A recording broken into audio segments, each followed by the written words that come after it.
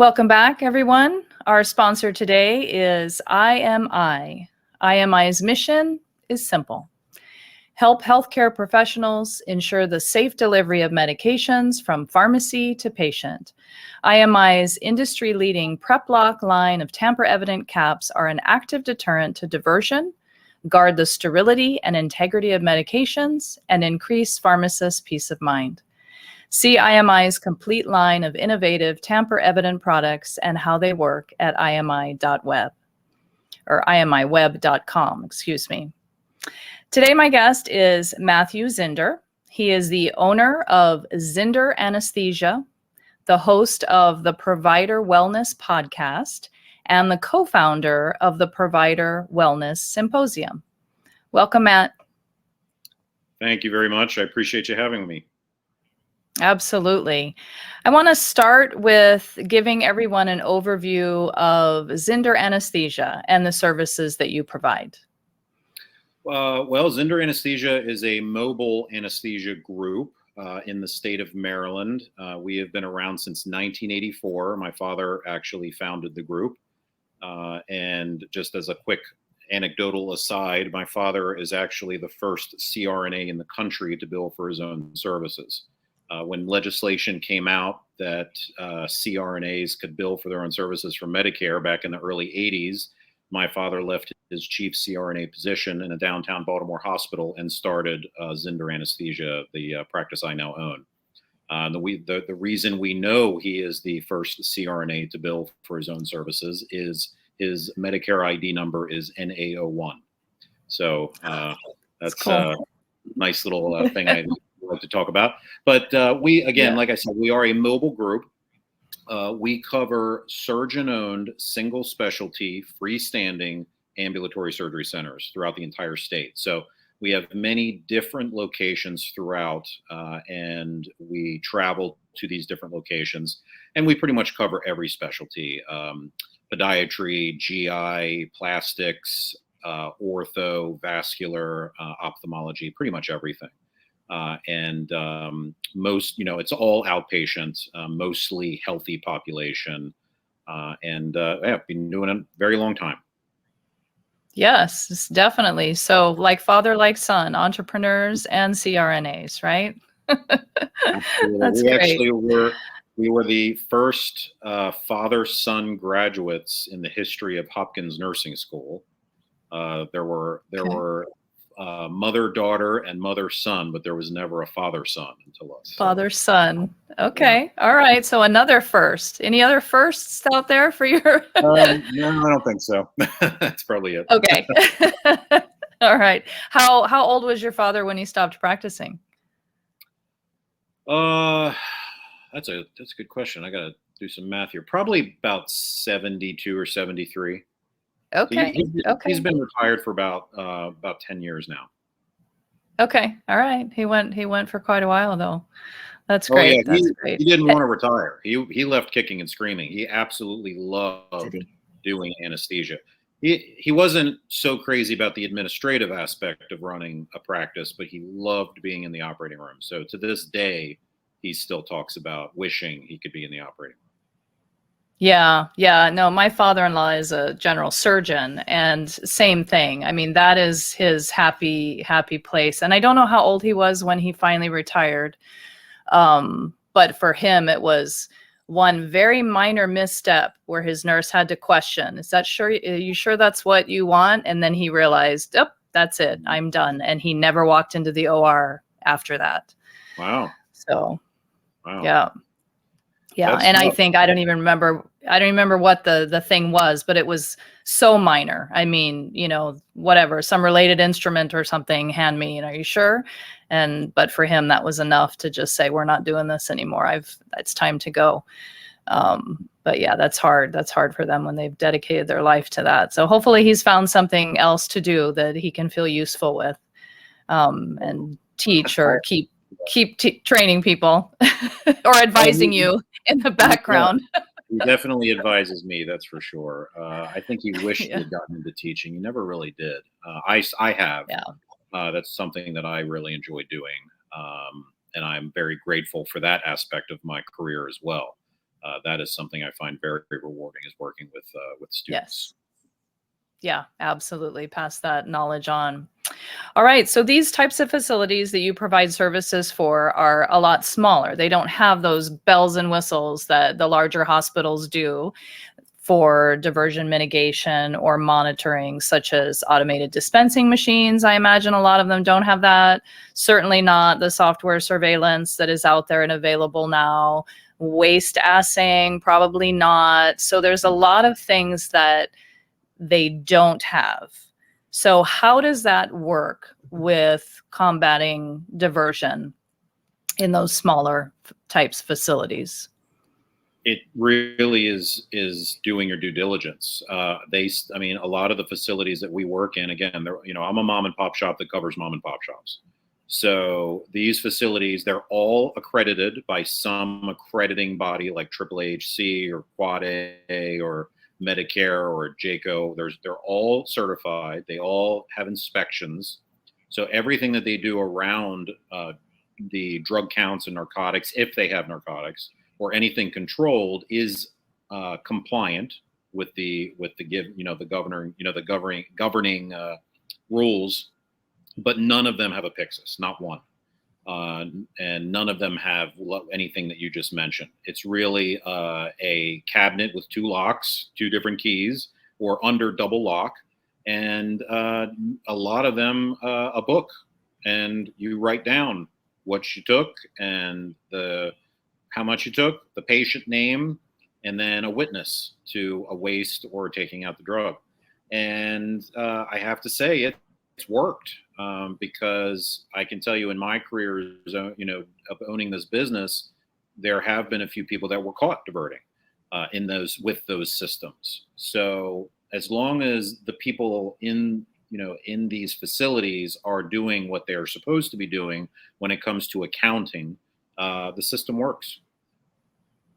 Yeah, and that's what I wanted to talk about today. I think we get kind of caught up in we need to have the latest, the greatest. Let's implement one more thing to help us. And all of those are valuable, and they definitely serve a purpose, especially if you're in a larger institution. But I think really if we trained everyone that works there on what diversion is and what to look for, and that they need to speak up if they are concerned about anything, then that might actually be all we need, and we don't need all of those bells and whistles. So let's talk about that a little bit. Do you give any education to your new clients on substance use disorder identification when you contract with them?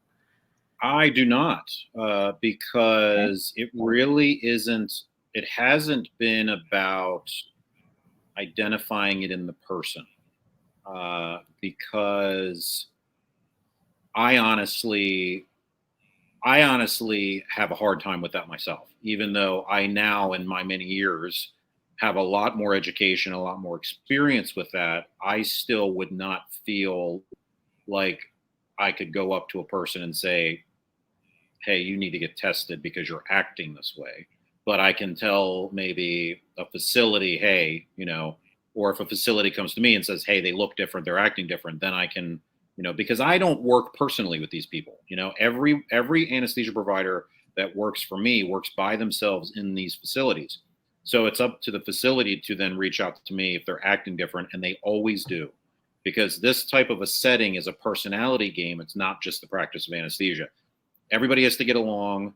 Everyone is a customer, not just the patient, but the surgeon, the staff, the people that clean the facility. It doesn't matter who it is. Everyone is a customer. So what we try to do is have consistency in the providers that go to certain locations. So if a provider goes into these different locations and starts to act differently and look differently, then I'm going to hear about it from the facility. And it may not be for them. It may not be them calling me and saying, hey, we think they're diverting, or that we think they're on something. They're going to call because they called and said, he came in cranky today and he yelled at me, and I don't like that. So it's that kind of thing. But to me, that's a red flag, because it's something different. They're acting different. So then I might, when the red flag goes up, then you start to look in a little bit deeper. But most of the time, or the times where I had to truly address a diversion, it was because of the accounting system. Okay. So you put a provider there, you try to keep them consistent.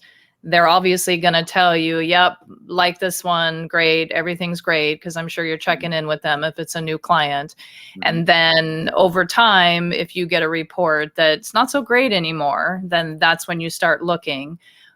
But outside of that, if something is missing, even if there haven't been behavioral issues, then that's what you mean by it's an accounting system. And then they will come and say, hey, Matt, we've had some stuff missing. We need to look into this. Right. Exactly. Okay. And Okay. that's when I will, directly address the provider about it. And we start talking things like testing and stuff like that. And again, if I were the provider, and someone were to come up to me and say, not only are you acting differently, or I have been told that you're acting differently at this facility, but now they're telling me that there's a discrepancy in,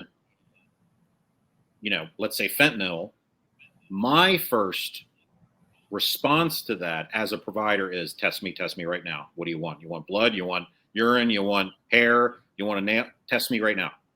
That's what I want to hear. But of course, as we all know, if the person is actually diverting, you hear everything else like, oh no, whatever, So when you confront a person, there's a lot of information that you can get just from that first interaction. So that's the next step when you start to hear not just they're acting differently or this happened or that happened, but also, all right, now there's a discrepancy in the numbers. Okay. Yeah. And do you recall over the times where you've had incidences, I mean, has there pretty much always been a report of some behavior thing that you felt was maybe a one-off and you talk to them and say, hey, stop being grumpy or whatever it is, and then the counts are off? Or have you ever had anything where the counts were off and yet there were no behavioral? I mean, what I'm trying to get at is, are we going to see, especially in anesthesia providers, are we going to see the behavior start to change before we see something missing? Because quite frankly, there's so much you can do at the bed to not make anything look like it's missing, right? As an anesthesia provider, I think it's fairly easy until you're really having a hard time thinking clearly and the disease has progressed even further, and then you start getting sloppy. So I'm wondering if it's always behaviors first and then things start going missing. Definitely not always. Definitely not always. Okay. So I can say that I've pretty much seen it all.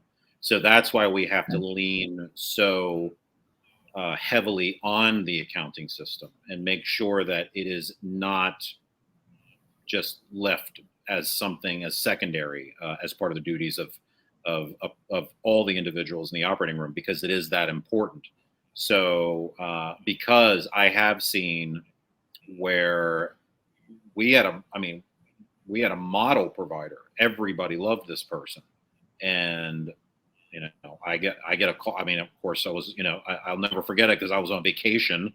I was actually on a cruise ship, and I was walking to the dining hall. I don't even know for the fifth time that day. Yeah, right. And I don't even know why I had my phone on me, because it shouldn't have worked, but it did. It rings, and it was my secretary, and I could hardly hear her because we were at sea. And she's telling me that a facility called and said this person was diverting, and this was just a wonderful, wonderful provider. And when I say a wonderful provider, for me in my realm, it's not just about the practice of anesthesia. They have to get along with everybody. You can be a fantastic anesthesia provider in a hospital, but everybody hate you, and you're still going to have a job. But in my I'm sure there's a lot of listeners out there that know that. Right. But in my realm, not only do I need a good anesthesia provider, I need someone that plays well with others. So to find that package is hard. It's very hard. So this person was the whole package. And obviously it was very disappointing to hear that. So there was no sign for this individual, no sign whatsoever. But on the other hand, yes, I have seen where I was hearing about bizarre behavior and belligerent behavior, things like that. And it was every excuse in the book until we finally, started to go down the road of testing or talking to them about it, more directly. Right. Right. Okay. All right. Well, that's interesting. I would not have thought that the counts would be off before they started seeing something that at least now they put two and two together. It's like, So yeah, that's not the answer I expected. So you get the call and then you follow up. Do you take care of all of the interviewing and stuff yourself, or what is your process? You had mentioned drug testing. Do you ever have anybody that's test me, and then you do, and they come back positive, and it's like, why did you take it this far? They think you're bluffing. I often talk about individuals who are using as having a chronic lack of creativity, because they all have the same argument. Oh, they all deny it, and they all say, or they all have a list of excuses at the ready. At least in my personal experience in dealing with people that are diverting. Historically, what I used to do was give them a call and talk to them about it. Listen to all the excuses that were at the ready, and then I would, depending on how far down the road it had gone, I would tell them I need them to get tested. And if they don't get tested, then number one, we have to sever the relationship. And number two, I'm going to have to report them to their respective boards. And that's usually when they'll go and get tested. The question is, where are they getting tested? What are they getting tested for? Now, this is all before, this is that statement I just made is my current education. Back then, I didn't know that you could get a certain test and leave out what you're actually using and make it look like you got a negative test on everything. I had no idea. This is all my current education. So that all being said, I'm sure, so the current plan, or if it were to happen again, God forbid, is to, of course, ring my good friend, Rodrigo Garcia. I'm sure he's, been on your podcast. And because he is basically, he's the guru for the subject. So the last time, the recent time I had to have what we would call an intervention, I guess, I got him on the phone, and it was a completely different experience. I got this individual on the phone because I got a call from a facility, and I was told that the tech called me, and I was told that they actually saw this provider swap syringes right before a fentanyl count. So it was, this person's caught in the act, right? Yeah. The swapped syringe was saline, and the fentanyl syringe went in their pocket, and then they did the count. Thought no one saw them. Now, to this tech's credit, they didn't get all gossipy. They didn't run into their manager's office. They didn't run into the surgeon's office. They called me, which I've always appreciated, because we were able to address it in a positive way. Meaning, long story short, with Rigo's involvement, this person has been through treatment and has come out the other end and is doing fantastic. So, but back to the point of bringing him up, when I called him to ask him for advice, it was, okay, this is what we're going to do. We laid out an entire plan. I called the provider, let them know that they were accused, but told them no identifying information of the accuser. And I did not tell them the facility, because I wanted to make sure that if it were to be a positive outcome, that they can go back to work.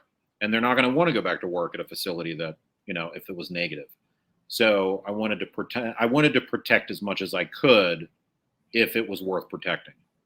So sure. No identifying of anything. It was, I was alerted to this, and this is what we need to do next.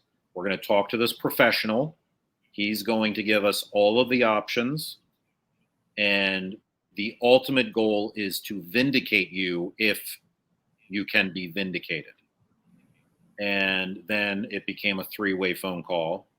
And I just sat there and listened to an artist at work. I mean, Rigo literally went through every single scenario. If it's this, we'll do this. If it's that, we'll do that.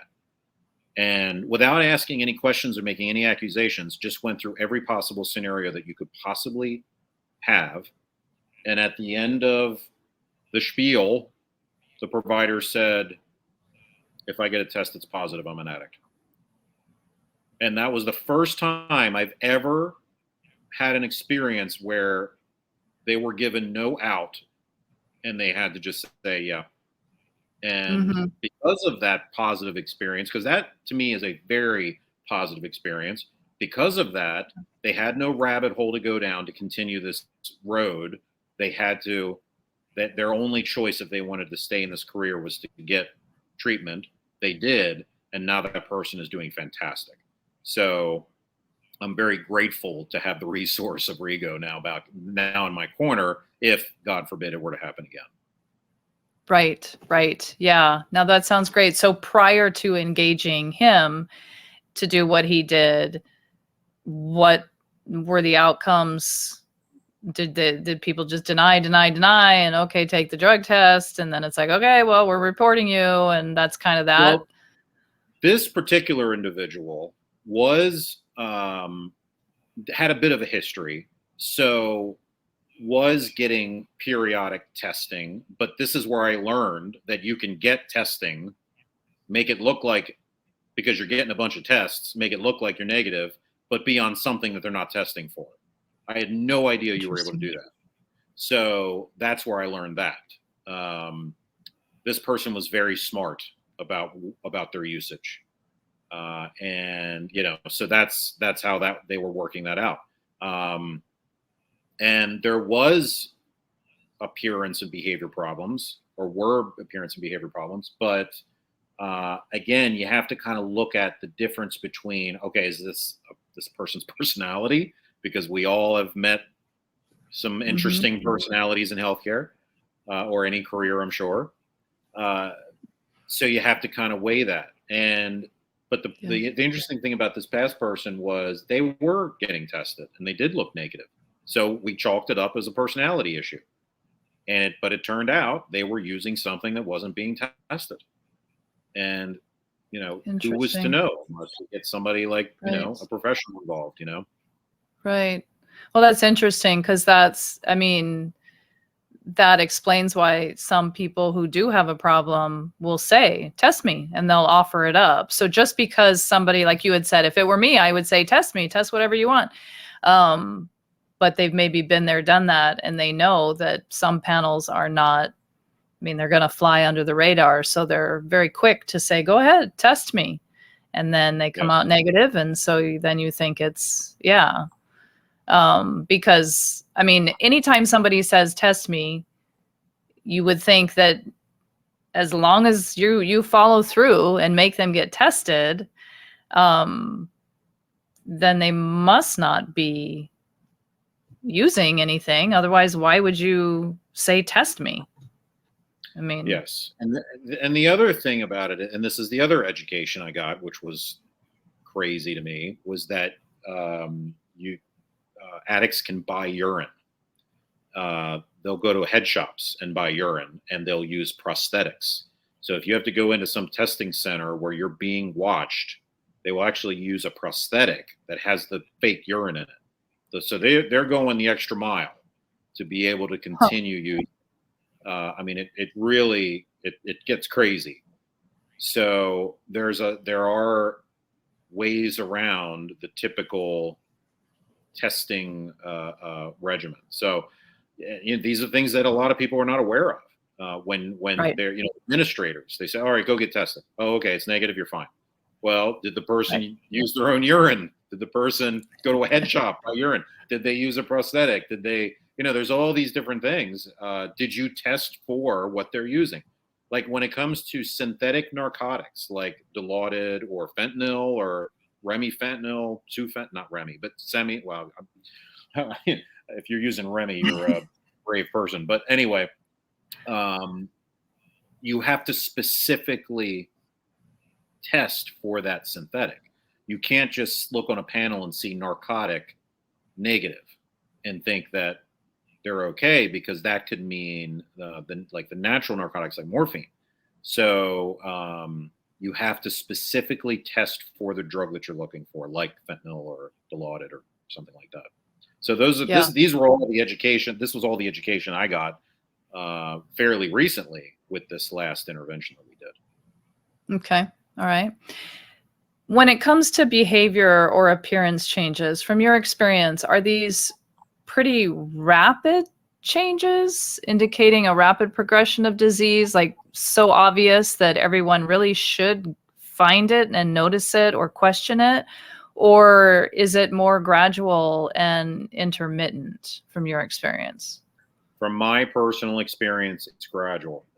And that's why I think that a lot of people have a hard time pinpointing the connection between the change in behavior and appearance to usage. I can tell you that in training, I had a best friend who I always, in fact, I tell this in one of my classes at the universities, and I still remember, because everybody gets the drug talk when you're training, right? Everybody has a professional come up to them or come to their classroom and tell you, give the drug talk. And and when we were training, we all had our same seats. Like, it wasn't assigned, but we all kind of picked, being in the same seat in the classroom. But this was back in the day when we actually used classrooms. And I was in the back with my best friend. And the reason we liked the back seat or the back was because we'd be able to lean our seats back and lean our heads against the back wall of the classroom, right? So I loved that back seat, as did my best friend, at the time. And I still remember one of the statements that this person who was talking about drug usage made. They said, it's always going to be the high functioning, high performance person. It's, of course, it's going to be somewhat statistically, someone in this classroom is going to have an issue with drugs in your career.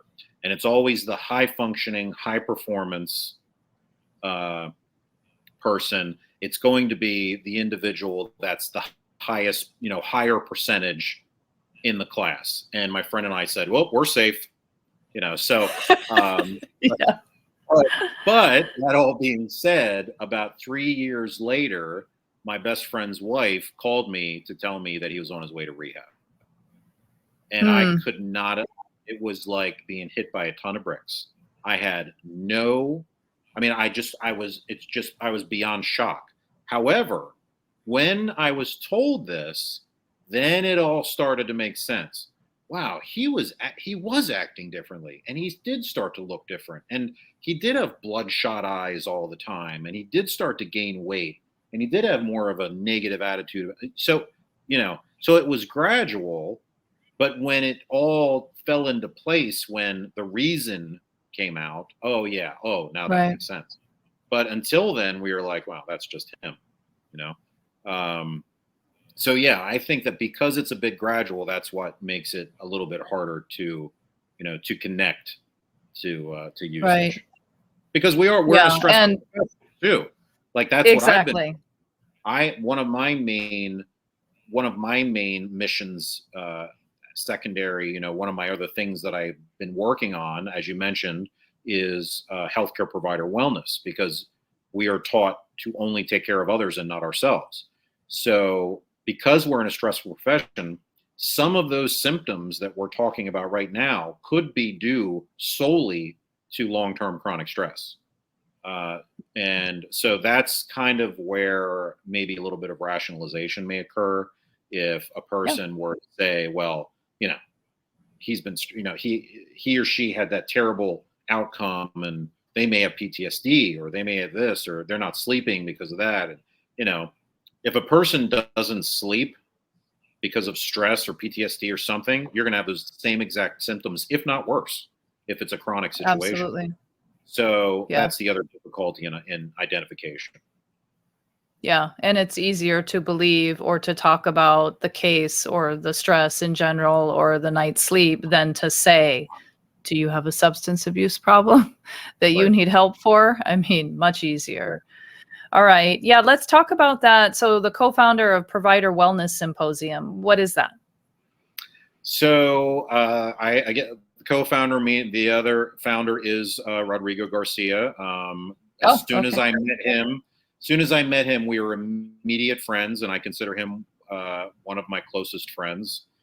And we immediately went into business together. Not long after meeting with each other, and I have been wanting to do something like this for a very long time, and that was putting together a medical conference that was geared solely for talking about teaching, empowering self-care in the healthcare provider population. It is a medical conference, so it offers continuing education credits to all specialties, CME, CEU. But the difference is you're coming there to learn about how to take care of yourself, not others, because you already know everything about how to take care of others, and you've been taught through your whole career to only do that and not worry about yourself. I mean, we are placed on a pedestal if we push through sickness or stress or illness or anything, mental illness, and we push through that to take care of others. People like that are actually put on a pedestal in our profession. Yeah. And that's one of the reasons why we're dropping like flies right now. That's one of the reasons for the terrible provider shortage, because people are leaving the profession in droves because of this, the terrible conditions, and and this culture of poor self-care. So this event really works to change that culture. And one of the unique things about this event is it is similar to a traditional medical conference in that there are many lectures from professionals and experts in the field of wellness, both in the medical field and outside the medical field. But the other thing that's interesting about it is there are also experiences. So not only do you go and get to listen to a lecture on meditation, but then you get to go into another room in another hour and experience meditation with a professional meditation teacher. So like one room meditation, one room hypnosis, one room Wim Hof breath work, another one with, we have a professional fitness guru who comes in to teach a class on movement.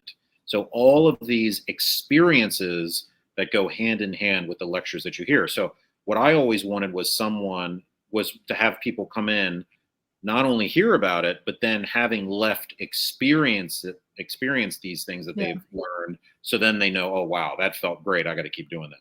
I mean, last year we had a Wim Hof instructor come in and do 2 hour, like an hour on the technique and then an hour on the breath work. And we did that twice. And I still know people from that conference that are doing the Wim Hof breathing every single day ever since then. So that's because it's because they got to experience it. So, so that was also a very unique but very important aspect of it to me. So, it was a great event, and we're trying to keep it going because I think it's pretty important. Great. Yeah, that's great. That's a great idea too, because you hear about how to do it and theoretically it's good for you, but sometimes you don't know how to do it, where to start. And it's great that you incorporate that experience while they're there too, so they can get, ask any questions or see what it feels like, or get some of the techniques a little bit at least under their belt before leaving and having to watch YouTube videos to figure out the rest of it, right? Right, exactly. That's great. That sounds really cool. Do you do random drug testing for your providers? What are your thoughts on random drug testing? I honestly do not do random drug testing because I use independent contractors. And in order to be able to institute something like that, I think I would have to have more power over them than I do.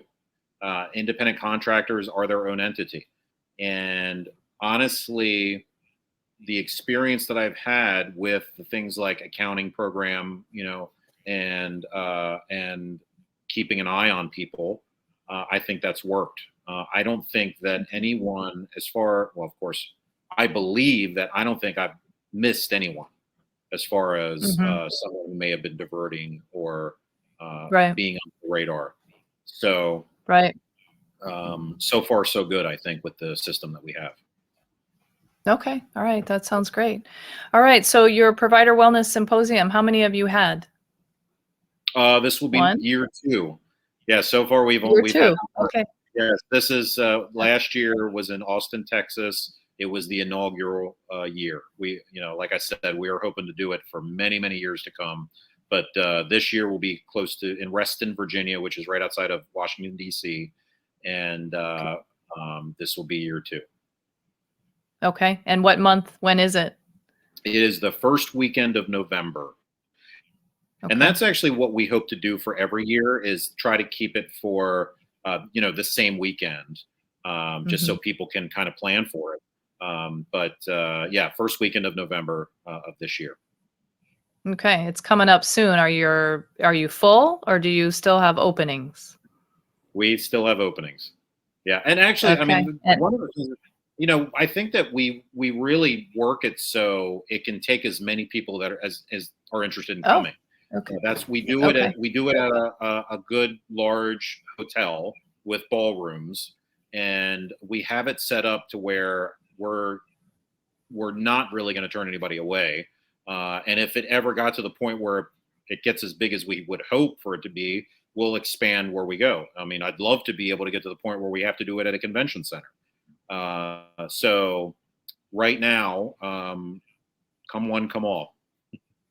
Okay. And is it for all healthcare professionals or just physicians? All healthcare professionals. And CRNAs. Okay. All healthcare. Okay. All nurses, doctors, any specialty, PT, OT, nurse practitioners, midwives, Pharmacists. Pharmacists. Oh, fire and police. Okay. I mean, anyone that is caring for others and the job just happens to be as stressful as, as part of the definition of the job. Sure. They deserve to learn how to take care of themselves so they can be better caregivers for others. Okay, perfect. All right.